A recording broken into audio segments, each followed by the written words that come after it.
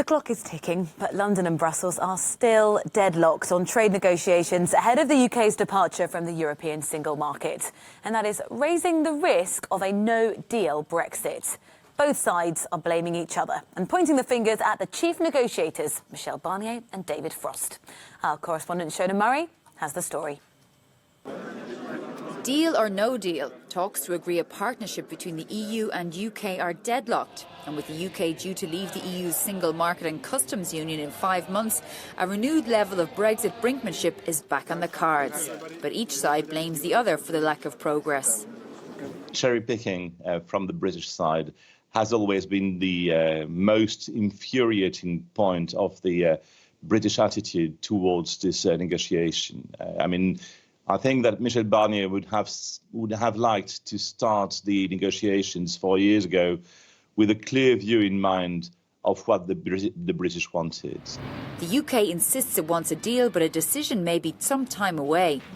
There remains some frustration at the European Union being perceived by Boris Johnson's administration as sort of employing almost like bully boy tactics, basically saying we're the big beast, but we set terms, you just have to go along with them. And that is something that will be difficult for the British government to stomach. A no-deal Brexit would see disruption in trade of goods between the UK and the EU, including tariffs on major exports like cars and agriculture, not to mention the acrimonious political fallout.